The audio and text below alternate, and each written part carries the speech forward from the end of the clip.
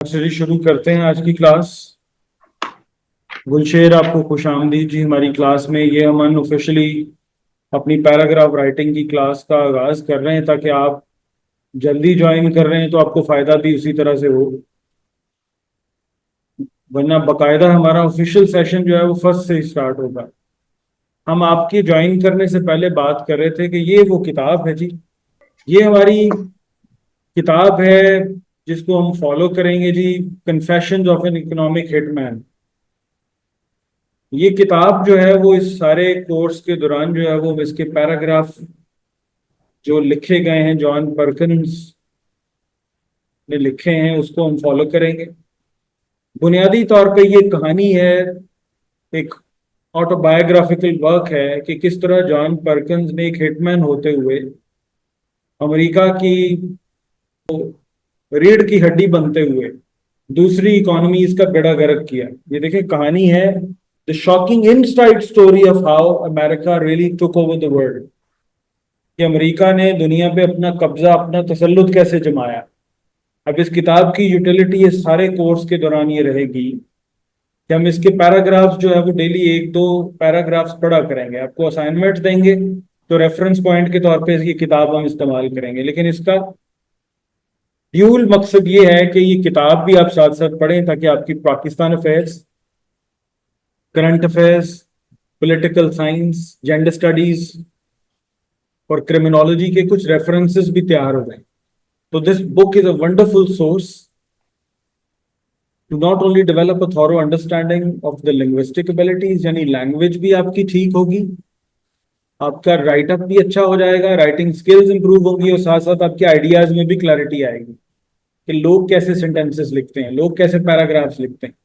और तीसरा उसका मकसद ये होगा कि आपको ये हेल्प आउट करेगी आपकी बाकी की जो सब्जेक्ट्स की तैयारी है उसके अंदर। आज हमारी क्लास का जी मकसद है अनऑफिशियली इस कोर्स का बाकायदा आगाज जो है वो हम 1 तारीख को करेंगे। आज हम आगाज करते हैं इस बात का कि पैराग्राफ क्या होता है। पैराग्राफ जो है is a distinct section of writing that focuses on a particular idea और अ पॉइंट।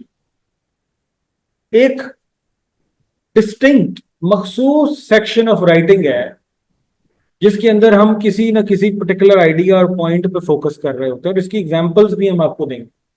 अभी हम एग्जांपल्स वगैरह भी डिस्कस करेंगे ताकि हमें पता ही चले। और हैंड्स ऑन लर्निंग के लिए जरूरी है कि हम खुद से कुछ पैराग्राफ्स फिर इस किताब में उसी देखें। मैं जो ऑनलाइन स्टूडेंट्स अभी सुन रहे हैं उनको इस किताब का पीडीएफ वर्जन जो है वो आज मैं सेंड कर दूंगा, और आप जो फिजिकली बैठे हैं आप लोगों के हाथों में अब ये किताब फिजिकली मौजूद है। तो हम कोशिश करेंगे कि डेली एक दो पैराग्राफ्स, 2 या 3 पैराग्राफ्स तो हम लाजमन डिस्कस करें ताकि हम डेली अपनी लैंग्वेज की एबिलिटी को भी, अपनी राइटिंग एबिलिटी को भी साथ साथ इंप्रूव करें। और इस कोर्स के अंदर फिर डेली आपको असाइनमेंट मिलेगी, 1 या 2 पैराग्राफ जो है वो आप लिख के एवेल्युएट करवाया करेंगे डेली, ताकि हमें ये भी पता चले कि आप साथ साथ इंप्रूव कर रहे हैं या नहीं। तो paragraph is a distinct section of writing that focuses on a particular idea और पॉइंट। यार एक मखसूस जो है वो राइटिंग का एक हिस्सा है जिसका बुनियादी काम है कि वो किसी एजेंडा पे, किसी आइडिया पे, किसी पॉइंट पे फोकस करे। It typically consist of several sentences grouped together and begins on a new line. शुरू किसी नए नुक्ते से हो और इसमें कुछ मखसूस सेंटेंसेस हो। और नॉर्मली एक पैराग्राफ के अंदर जो है वो लोग एक्सपेक्ट करते हैं, यानी इंटरनेशनल स्टैंडर्ड बन चुका है कि हम 5 से 7 लाइनें मिनिमम जरूर लिखें, और मैक्सिमम 10 to 12 लाइन्स तक तो पैराग्राफ, एक आइडियल पैराग्राफ जाना चाहिए। यानी it shouldn't be less than 5 sentences. लोग बहुत बड़े बड़े पैराग्राफ्स भी लिखते हैं, but we need to keep it mind as beginners कि हमें 10 to 12 सेंटेंसेस के पैराग्राफ्स तक जाना है। ठीक रही बात। तो पैराग्राफ क्या है? It consists of typically several sentences, यानी कोई स्टैंडर्ड नहीं है पूरी दुनिया में। पूरी दुनिया में कोई आइडियल स्टैंडर्ड नहीं है, लेकिन हमने क्योंकि पाकिस्तान में और स्पेशली सीएसएस के कॉन्टेक्स्ट में देखना है, तो पाकिस्तान के कॉन्टेक्स्ट में यहां सेवरल सेंटेंसेस से मुराद है 5 से ज्यादा और 12 सेंटेंसेस से कम। इसके दरमियान रहे तो हमारे लिए ये एक आइडियल पैराग्राफ होगा। तो अब हम डिस्कस करेंगे कि एक पैराग्राफ के जो फीचर्स हैं वो क्या क्या होते हैं। अब आपको ये समझ आ गई कि पैराग्राफ क्या होता है। It's a body of information that is available in the form of writing. ये किताब उठाएंगे, ये इंफॉर्मेशन अवेलेबल है, ये इंफॉर्मेशन एक बॉडी ऑफ राइटिंग की फॉर्म में अवेलेबल है। इस राइटिंग का एक मखसूस स्टाइल है लिखने का। उसमें क्या जरूरी है, एक पर्टिकुलर आइडिया और पॉइंट पे ये फोकस करे। It should have a beginning and then it should have an end. इसका कोई आगाज होना चाहिए, नई लाइन से ये शुरुआत करे और उसी पॉइंट को खत्म करे, कंक्लूड करे अपनी आखिरी लाइन के अंदर। लेकिन इसको हम बैक एंड फोर्थ डिस्कस करेंगे तो आपको साथ साथ ये समझ आती जाएगी कि हम क्या बात असल में हम क्या कर रहे हैं। तो पैराग्राफ के अंदर सबसे इंपॉर्टेंट चीज जो शुरू में होती है वो क्या है, टॉपिक सेंटेंस। आपकी पहली पैराग्राफ की लाइन जो है वो बताना चाहिए उसको कि वो किस मौजू के बारे में। आज हम प्रैक्टिस करेंगे 2 से 3 पैराग्राफ्स को पढ़ने की, लिखने की। उनमें आइडियल पैराग्राफ्स कौन से हैं, उनमें एवरेज लेवल पैराग्राफ्स कौन से और घटिया पैराग्राफ्स कौन से कंसिडर होते हैं। आज हमारी क्लास का एंड जो है वो उस प्रैक्टिस पे होगा। तो आज जिन पैराग्राफ्स की हम प्रैक्टिस करेंगे उनका मौजू क्या है, वो टॉपिक सेंटेंस उनका मबनी होगा क्लाइमेट चेंज के ऊपर। क्लाइमेट चेंज, जैसे मैंने आपको असाइनमेंट दी थी, वो उस असाइनमेंट का मकसद कल ये था कि आप शुरू कर दें लिखना। रैंडम लिखना जब शुरू करेंगे आपके पास रैंडमली अवेलेबल आइडियाज होंगे, लेकिन हमने अब उसको एक खास सूरत में ढालना शुरू करना है, यानी पैराग्राफ्स लिखने शुरू करने हैं। ठीक है। तो आज जो पैराग्राफ्स हम पढ़ेंगे उनका टॉपिक सेंटेंस किस पे मबनी होगा, क्लाइमेट चेंज पे। उससे मुराद क्या है कि the first sentence of a paragraph which introduces the main idea और पॉइंट ऑफ द पैराग्राफ। कि यार पहला सेंटेंस जो है वो हमें ये बताए कि वो पैराग्राफ है किस मौजू के बारे में,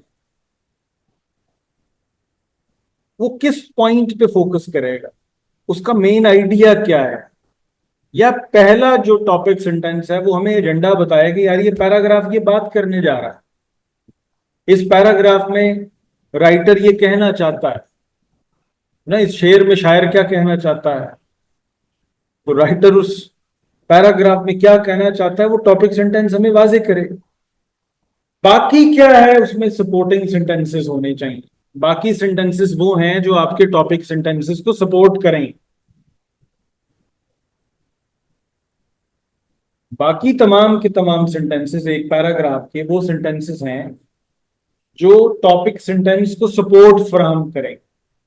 यानी मैंने एक बात कर दी कि आज का मेरा मौजू है क्लाइमेट चेंज, तो सपोर्टिंग सेंटेंसेस वो हैं जो सारे के सारे क्लाइमेट चेंज के इर्द गिर्द रिवॉल्व करें। क्लाइमेट चेंज होता क्या है, क्लाइमेट चेंज में किस तरह से राइज ऑफ टेम्परेचर या rise of temperature with in the climate climate change का बायस बन रहा है। ओजोन डिप्लीशन जो है वो किस तरह से क्लाइमेट चेंज के अंदर असरअंदाज हो रही है। ह्यूमन एक्टिविटीज और इंसानों की इंटरवेंशन से पैदा करदा जो इंडस्ट्रियलाइजेशन है, जो इंडस्ट्रीज हैं, वो किस तरह से क्लाइमेट चेंज की वजह बन रही है। ग्लेशियर्स का पिघलना, क्लोरोफ्लोरो कार्बन्स जो हैं वो जो एसीज हम चलाते हैं, इंडस्ट्रियल गैसेस हैं, कारों का धुआं है, इंडस्ट्रियल वेस्ट की वजह से जो फिजा के अंदर कार्बन डाइऑक्साइड इकट्ठी होती जा रही है, उससे किस तरह ग्रीन हाउस इफेक्ट क्लाइमेट को डैमेज करने का, क्लाइमेट चेंज का बायस बन रहा है। ये सारा हम क्या करेंगे, सपोर्टिंग सेंटेंसेस लिख रहे होंगे जो हमारे टॉपिक सेंटेंस को क्या करेंगे, एक्सप्लेन कर रहे होंगे या उसी के इर्द गिर्द रिवॉल्व कर रहे होंगे। तो these topic sentences develop the main idea by providing details उस टॉपिक के बारे में कि वो है क्या, वो मौजू क्या है जो आज हम डिस्कस कर रहे हैं उस राइटिंग के अंदर, उस पर्टिकुलर पैराग्राफ के अंदर। फिर उसमें हम एक्सप्लेनेशंस प्रोवाइड करें जो कि उसी टॉपिक सेंटेंस के इर्द गिर्द रिवॉल्व कर रही है। फिर हम उसकी एग्जांपल्स दें, जैसे मैंने आपको एग्जांपल दी कि क्लोरोफ्लोरोकार्बन्स जो हैं वो उसकी वजह से ओजोन लेयर डिप्लीट हो रही है, तो हम एग्जाम्पल दें उसके अंदर के, देख लें दुनिया के 2-3 ममालिक ऐसे थे जहां से बाकायदा एक्सपेरिमेंटली प्रूव हुआ कि हाँ ओजोन लेयर डिप्लीट हो गई है। उसकी वजह क्या थी? स्किन कैंसर बढ़ रहा था, और उन ममालिक ने फिर क्या किया? उसको रिपेयर किया उस ओजोन लेयर का। ये एक एग्जाम्पल है। क्लाइमेट चेंज जो है वो रैपिडली पाकिस्तान जैसे ममालिक में भी हो रहा है, और उसकी एग्जाम्पल है sudden fluctuations in the temperature, rapid change in the environment. ओले पड़ रहे हैं ऐसी जगहों पे जहां ओले पड़ने मुतवक्का ही नहीं है, लोग तवक्को ही नहीं रखते कि यहां ओले पड़ेंगे। नहीं, बात ऐसे इलाकों में बारिशें हो रही हैं, दुबई की एग्जाम्पल दे सकते हैं, एग्जाम्पल्स दें कि जहां तवक्को ही नहीं है कि वहां इतनी ज्यादा बारिश हो। देखें, ड्रेनेज का निजाम ही ठीक नहीं है, दुबई के अंदर बनाया ही नहीं, उनको एक्सपेक्टेड ही नहीं था कि इतनी बारिश होगी। एग्जाम्पल है। और एविडेंसेस प्रोवाइड करें साथ कि देखें ये जो मैं बात कर रहा हूं उसका एविडेंस ये है। फॉलो कर रहे हैं आप मेरी बात? फिर कंक्लूडिंग सेंटेंसेस के वो बात कहीं कंक्लूड करनी चाहिए। आपके आइडियाज जो हैं वो कहीं ना कहीं किसी ऐसे सेंटेंस पे खत्म हो जो कंक्लूडिंग रिमार्क्स पास करे, यानी कंक्लूड करे बात को। तो कंक्लूडिंग सेंटेंस क्या है? ऑफन बट नॉट ऑलवेज, हमें मतलब ज्यादातर, हमेशा ये कंपल्शन नहीं है आपकी कि आप किसी कंक्लूडिंग सेंटेंस पे बात खत्म ही कर दें, लेकिन ज्यादातर जगहों पे final sentence should summarize the main idea और provides a transition to the next paragraph.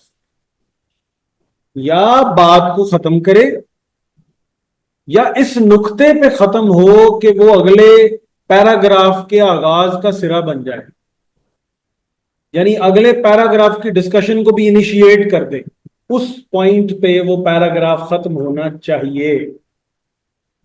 तो कंक्लूडिंग सेंटेंस क्या होता है? कंक्लूडिंग सेंटेंस वो है एक ऐसा सेंटेंस जो बात को या तो कंक्लूड कर दे, एंड कर दे उस पर, या वो अगले पैराग्राफ के लिए आपको एक नुक्ता फराहम कर दे, एक कड़ी बन जाए अगले पैराग्राफ को लिखने की।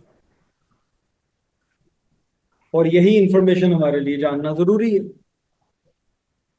टॉपिक सेंटेंस एक पैराग्राफ में होना जो मेन आइडिया और मेन पॉइंट को शो करे। सपोर्टिंग सेंटेंसेस वो हों जो एक्सप्लेनेशंस दें, डिटेल्स प्रोवाइड करें कि टॉपिक सेंटेंसेस का मौजू ये है, उसमें एग्जांपल्स, एविडेंसेस, एक्सप्लेनेशंस हों, जिसकी आज हम रिहर्सल करेंगे, जिसको आज हम मौजू बनाएंगे। और फिर वो पैराग्राफ जो है वो कंक्लूडिंग सेंटेंस पे खत्म हो, जिसका क्या है कि ज्यादातर वो कंक्लूडिंग रिमार्क्स पे कंक्लूड कर दे बात को, या अगले पैराग्राफ के लिए कोई ना कोई नुक्ता फराहम करे। ठीक। तो पैराग्राफ जो है वो ultimately help organise writings and make it easier to read and understand. Ultimate agenda of a paragraph is to help you write a sort of information जो आपके पेपर चेकर के लिए, आपके केस में रीडर नहीं है, आपका पेपर चेकर है जिसने आपका पेपर पढ़ना है, आपके पेपर चेकर के लिए वो रीडेबल और अंडरस्टैंडेबल हो, आपके बात, आपकी की हुई बात को, मैसेज को कन्वे करे उस तक कि इस बॉडी ऑफ इंफॉर्मेशन और बॉडी ऑफ नॉलेज में ये मैं पैगाम देना चाहता। इसका मतलब ये है कि उसके अंदर ग्रामेटिकल मिस्टेक्स नहीं होनी चाहिए, उसके अंदर स्पेलिंग्स के एरर नहीं होने चाहिए। अब हंस रहे हैं, वो आज आपने हमने इवैल्यूएशंस की हैं तो हमारी ये अगलास बार बार हो रही है। उसके अंदर तवक्को क्या है कि पढ़ी जाने वाली हैंडराइटिंग हो, जब मैं कहता हूँ ना एस्थेटिकली करेक्ट हो, तो मतलब ये कि इस लैंग्वेज में लिखा हो कि वो पढ़ी जा सके, ये नहीं कि वो पढ़ी जाने के काबिल जुबान ना हो। दूसरा, वो ग्रामेटिकली करेक्ट हो, उसके अंदर स्पेलिंग्स की मिस्टेक्स ना हो, और आइडियाज के बारे में क्लैरिटी हो। टॉपिक्स, इसका मतलब क्या, टॉपिक सेंटेंस क्लियर हो, सपोर्टिंग सेंटेंसेस क्लियर हो, कंक्लूडिंग सेंटेंसेस क्लियर हो, और रीडेबल हो, अंडरस्टैंडेबल हो। एक सही पैराग्राफ जो है वो स्ट्रक्चर और कोहेरेंस प्रोवाइड करता है टू द टेक्स्ट। यानी सादा आसान फहम बात अगर मैं करूं, तो कोई भी इंफॉर्मेशन जो आप किसी तहरीर में, पैराग्राफ में प्रोवाइड कर रहे हैं, वो पढ़ने वाले पे उकदा खोल दे कि मैं इस मौजू पे ये बात कर रहा हूं या कर रही हूं। It allows the reader to follow the writer's ideas more clearly. आपका जो रीडर है, जो कि आपकी आपकी केसेस में आपके पेपर चेकर्स हैं, वो विद क्लैरिटी ऑफ माइंड ये जांच पड़ताल कर सके that either you have that particular clarity of mind और नॉट। तो क्लैरिटी ऑफ माइंड जो है वो कहां से आएगी? वो आपके पैराग्राफ्स प्रोवाइड करेंगे। वाज़ेह है ना बात? तो वो आपके पैराग्राफ जो है वो प्रोवाइड कर रहे होंगे वो क्लैरिटी ऑफ इंफॉर्मेशन जो आपके पेपर चेकर्स को चाहिए। तो फिर एक अच्छे पैराग्राफ की क्वालिटी क्या होगी? A good paragraph possesses several key qualities that ensures clarity. सबसे पहले क्या है clarity? You're not writing paragraphs in the essay, in current affairs, in Pakistan affairs, in Islamic studies, in political science, international relations, or many other optional subjects for yourself. You're writing for somebody else to read it and to give marks.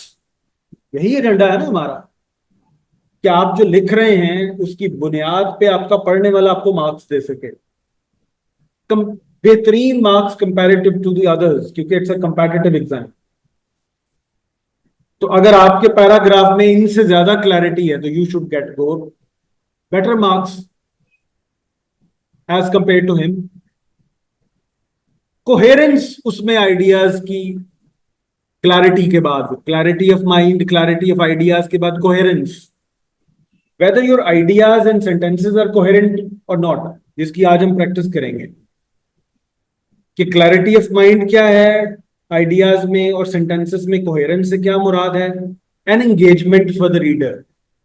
वो boring भी नहीं होना चाहिए, ठीक है? It shouldn't B long enough without providing evidence, without providing examples, explanations, कि उसका पढ़ने वाला बोर हो जाए कि यार क्या बोरिंग लिखा हुआ। That's why there is a clear-cut distinction between the good writers and the bad writers. कि यार ये राइटर बहुत शानदार लिखता है, ये राइटर यार बहुत बोर करता है, लंबे लंबे सेंटेंसेस लिखता है, उसमें कोई एग्जाम्पल्स नहीं होती, मुझे इंगेज नहीं कर रही वो तहरीर। अच्छी तहरीर वो है जिसके रीडर्स को वो पढ़ने पे माइल करे, उकसाए कि यार मुझे पढ़ो। आपकी स्टूडेंट्स की तहरीरें भी ऐसी हैं।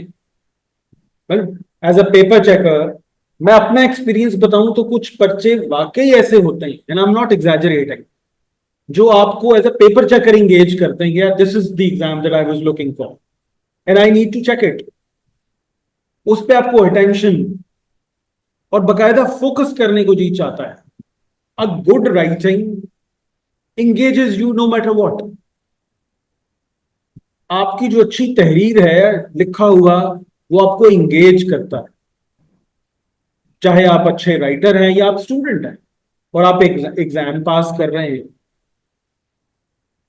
एक अच्छे पैराग्राफ में क्लैरिटी, कोहेरेंस और एंगेजमेंट की ऑप्शंस होनी चाहिए।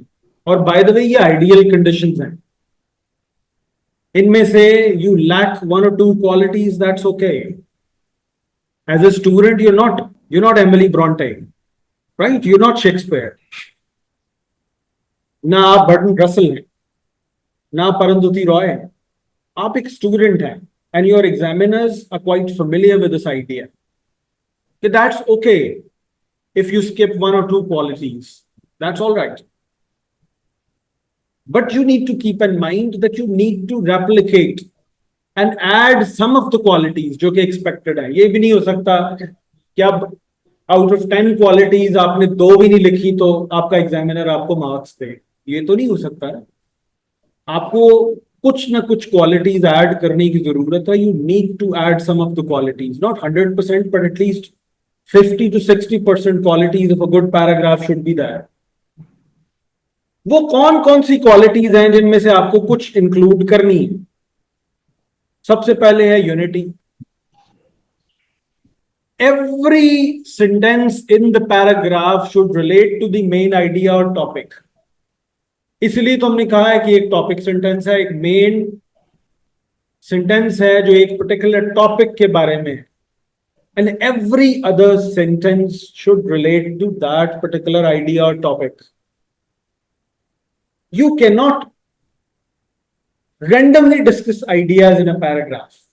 You can't really pick and choose that in first line you're talking about one topic, in the second line you're talking about something else, in the third line, in the third sentence you're randomly talking about some issues। You can't do that in a paragraph।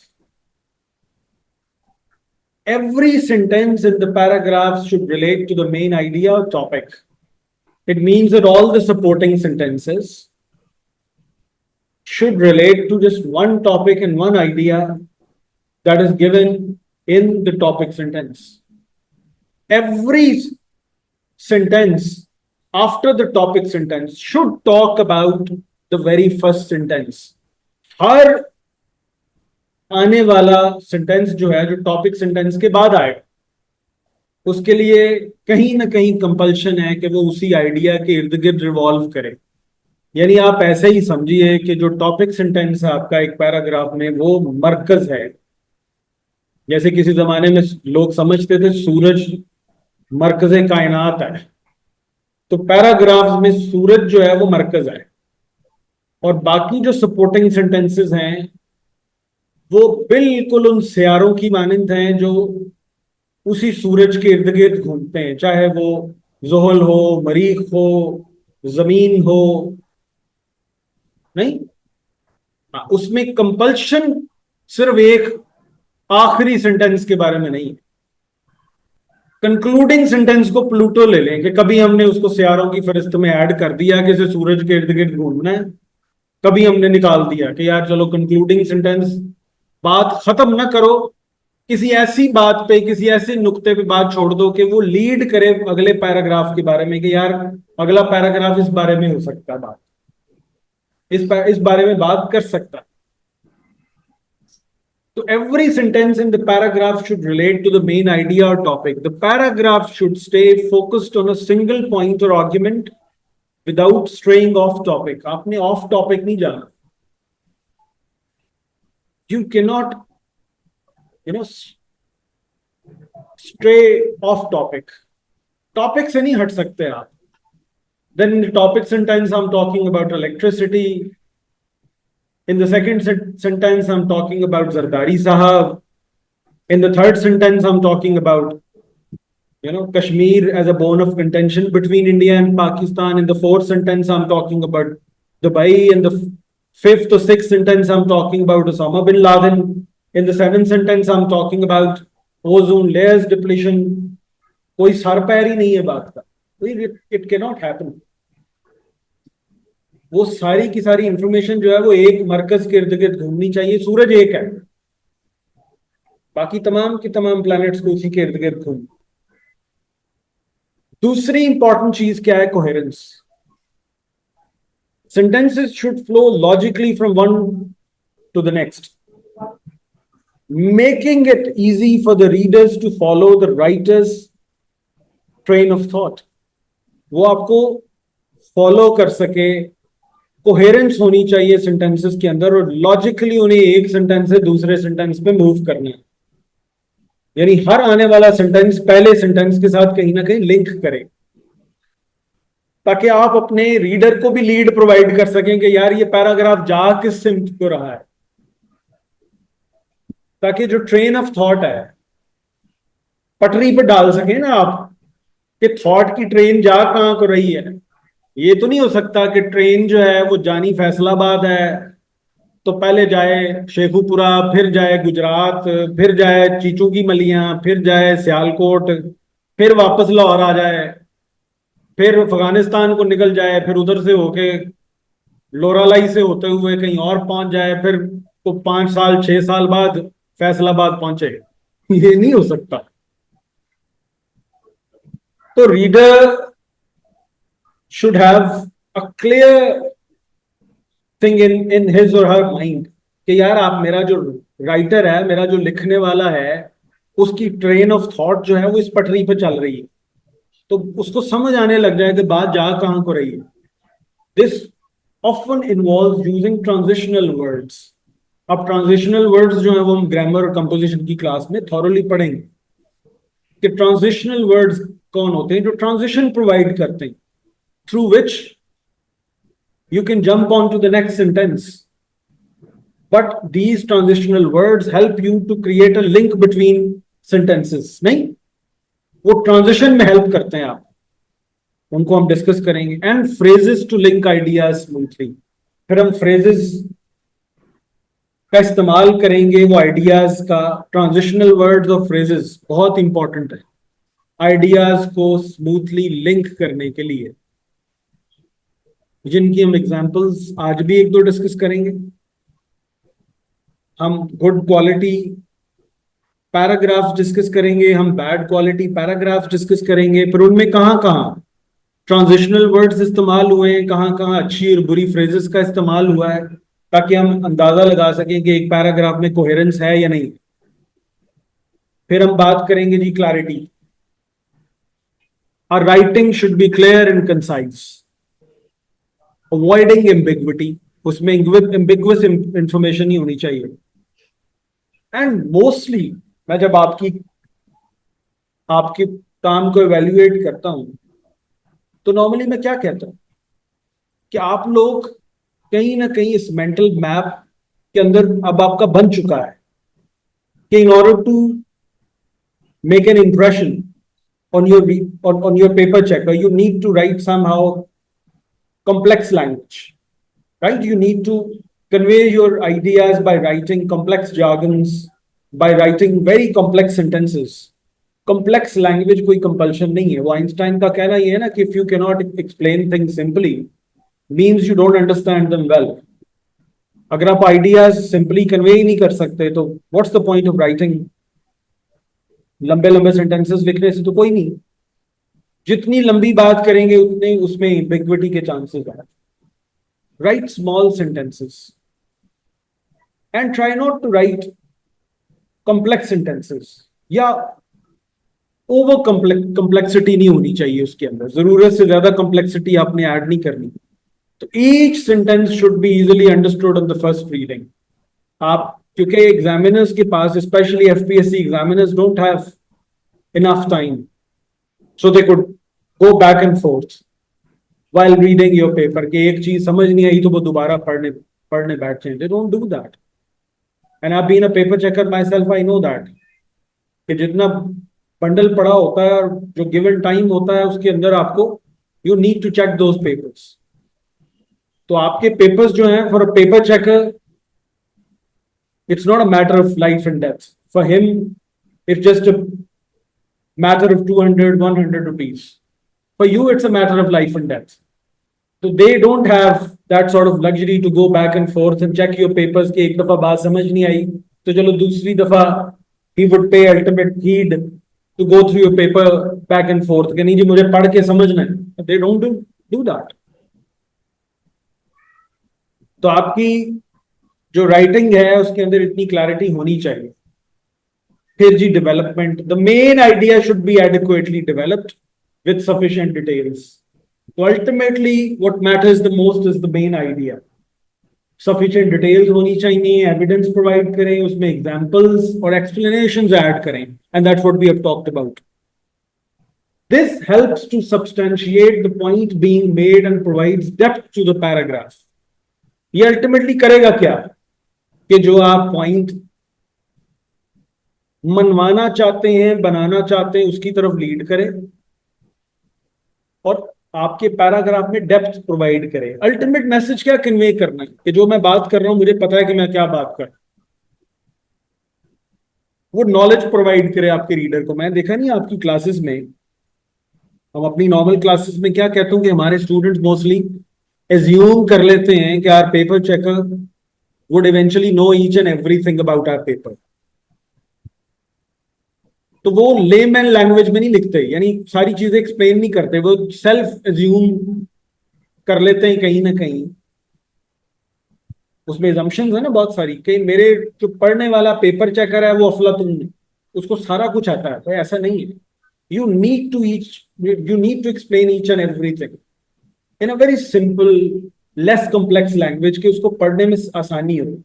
You could make your point कि यार ये मैं बात करना चाह रहा हूं।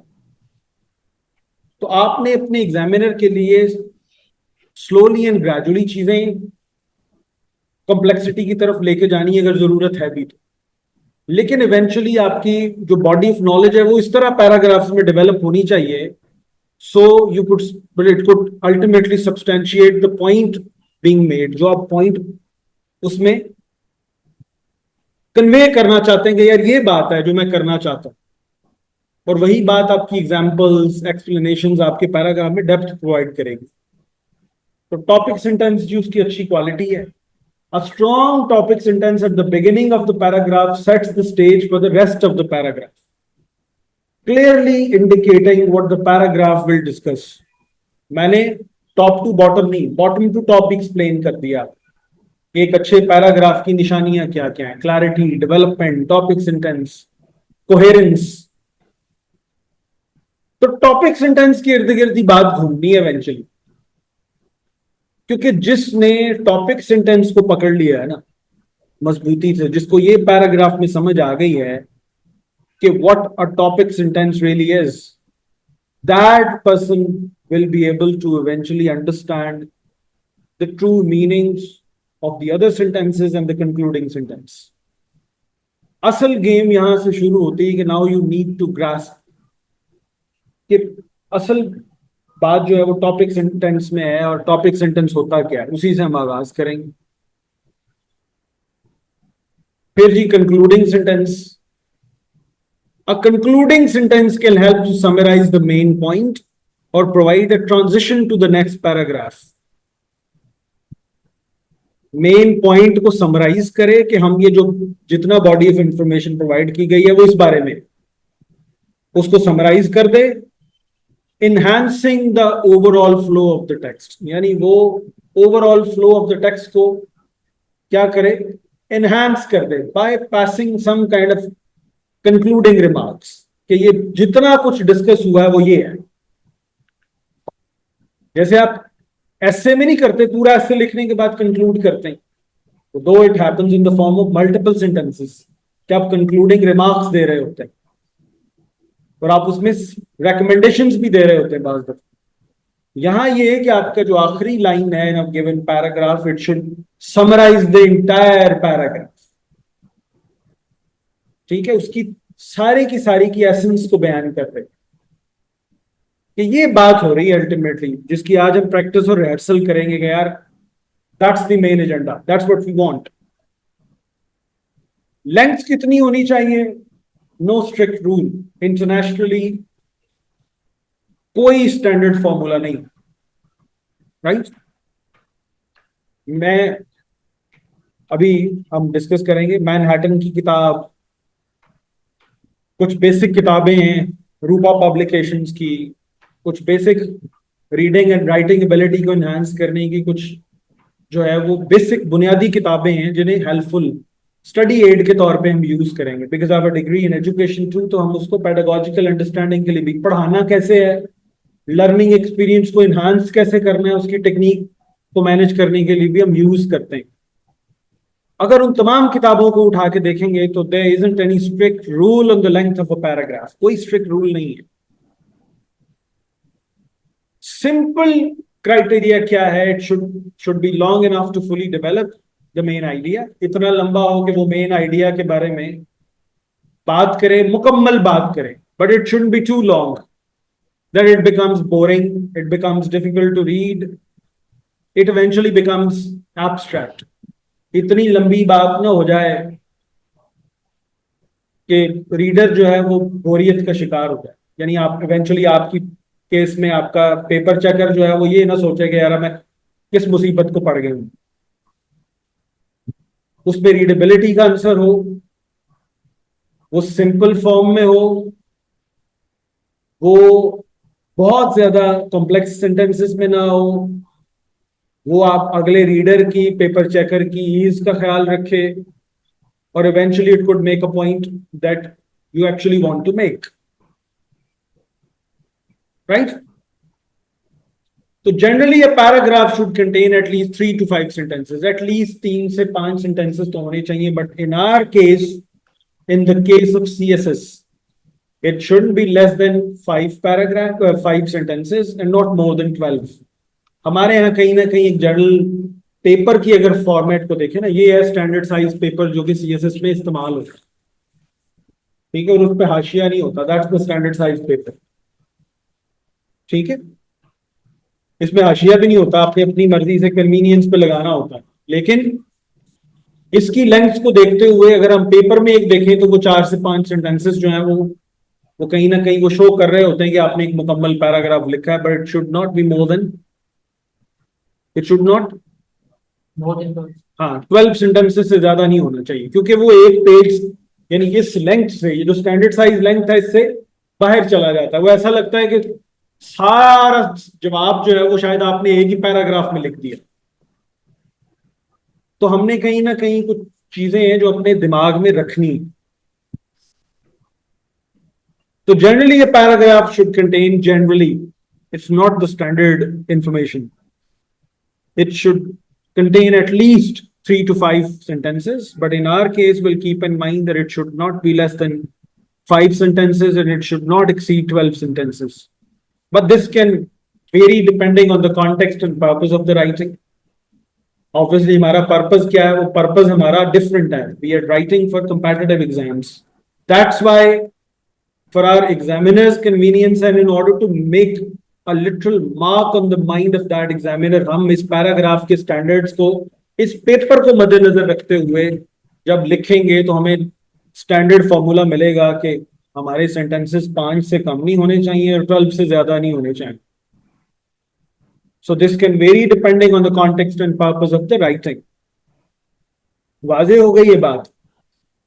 यहां तो कोई सवाल है तो काइंडली पूछ लीजिए।